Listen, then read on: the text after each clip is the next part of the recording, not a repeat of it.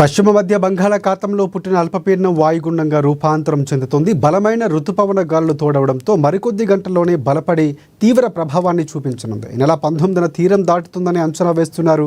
పశ్చిమ వాయువ్య దిశగా కదులుతూ వాయుగుండంగా మారి మంగళవారం మధ్యాహ్నానికి దక్షిణ ఒడిశా, ఉత్తరాంధ్ర తీరాల్లో దాటే అవకాశం ఉందని ఐఎండీ చెబుతోంది.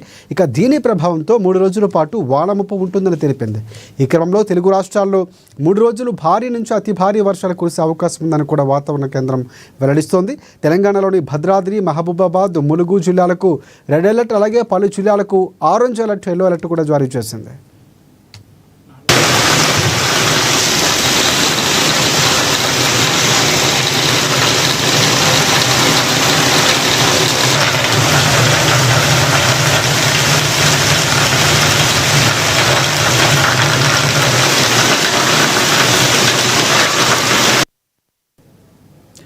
అలాగే ఉత్తరాంధ్రలో కురుస్తున్న భారీ వర్షాల నేపథ్యంలో ప్రభుత్వ యంత్రాంగం అప్రమత్తమైంది. ప్రభుత్వ, ప్రైవేటు పాఠశాలలకు సెలవులు ప్రకటించారు. దక్షిణ ఒడిశా, ఉత్తరాంధ్ర తీర ప్రాంతంలో అల్పపీడనం కొనసాగుతుందని విశాఖ వాతావరణ కేంద్రం తెలిపింది.